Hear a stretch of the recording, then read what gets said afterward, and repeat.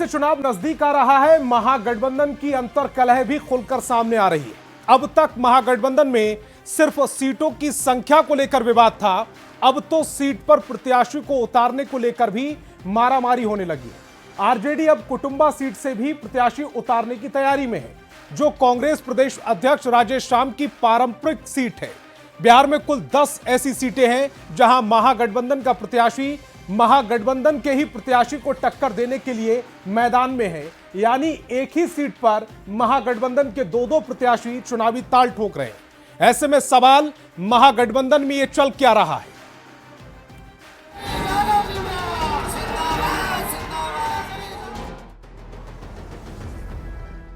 महागठबंधन में आपसी खींचतान के बीच शुक्रवार को कोऑर्डिनेशन के संयोजक तेजस्वी यादव के लिए बिल्कुल भी अच्छी खबर नहीं आई।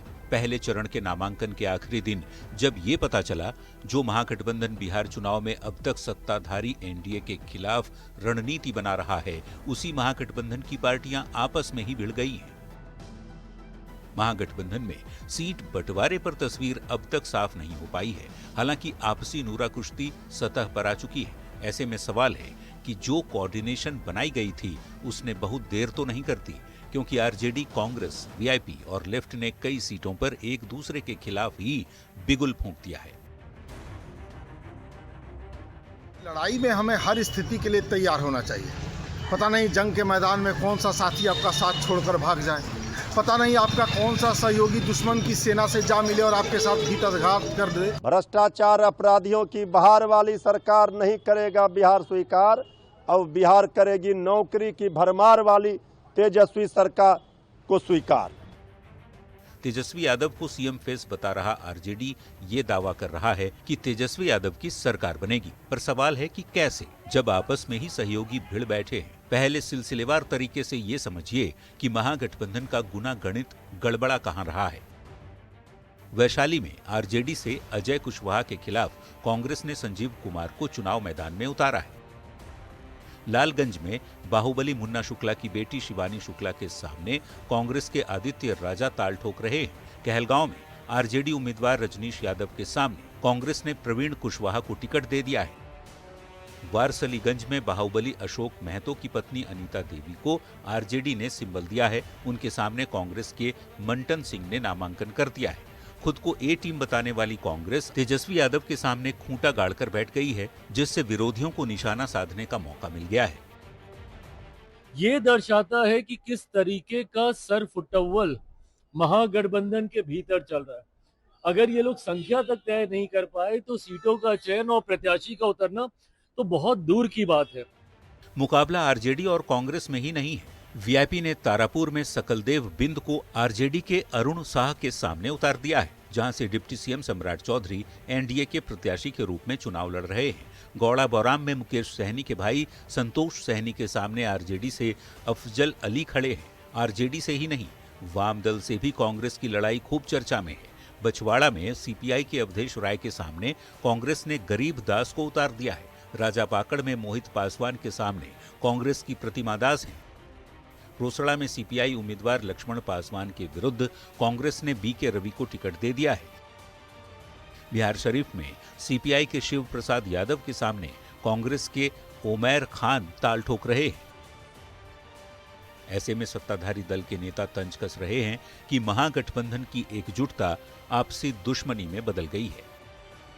तो बिना न नेता है न नेतृत्व है, महागठबंधन की स्थिति आज यही है। दिल के टुकड़े हजार हुए, कोई यहाँ गिरे कोई वहाँ गिरे, और आज 4 दर्जन जगहों पे एक दूसरे के आमने सामने।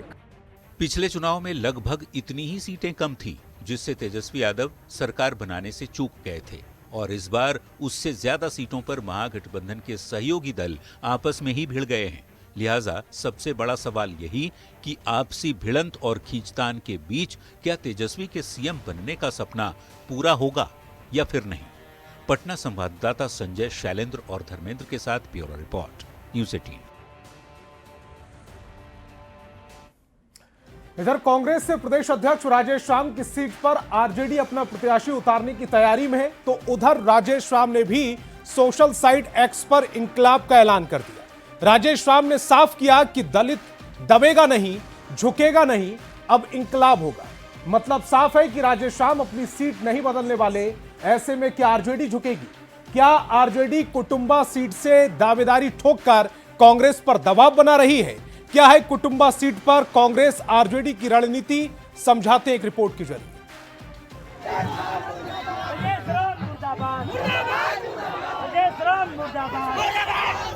हाथ में आरजेडी का झंडा और जुबां पर विरोध के बोल।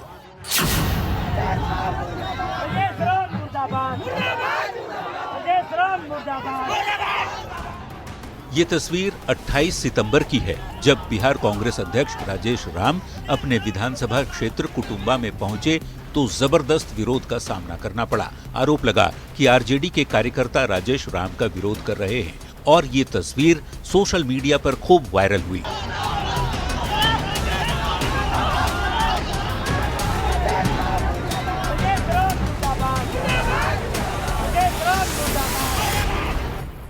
अब उसी सोशल मीडिया पर राजेश राम ने हुंकार भरते हुए किसी भी हाल में कुटुंबा नहीं छोड़ने की मंशा साफ कर दी है। शनिवार को राजेश राम ने ऐलान किया, दलित दबेगा नहीं और झुकेगा नहीं, अब इंकलाब होगा।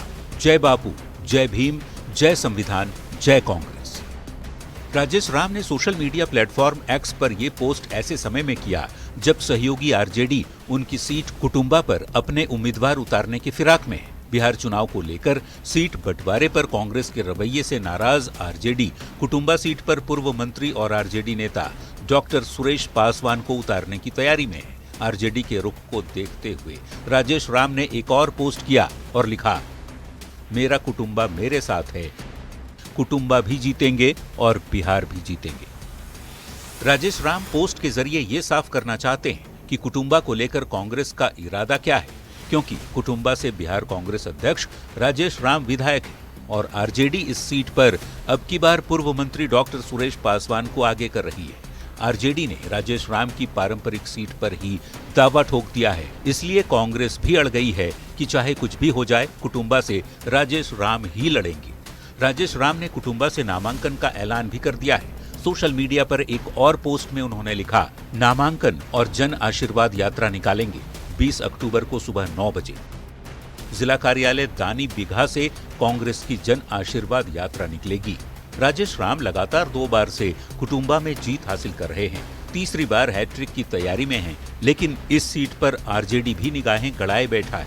ऐसे में देखना होगा आपसी मनमुटाव के बाद बात बन पाती है या कांग्रेस के राजेश राम और आरजेडी के सुरेश पासवान के बीच कुटुंबा में फ्रेंडली फाइट देखने को मिलेगी, जैसे कि दूसरी सीटों पर भी दिख रही है। औरंगाबाद संवाददाता संजय सिन्हा के साथ ब्यूरो रिपोर्ट, न्यूज़ 18।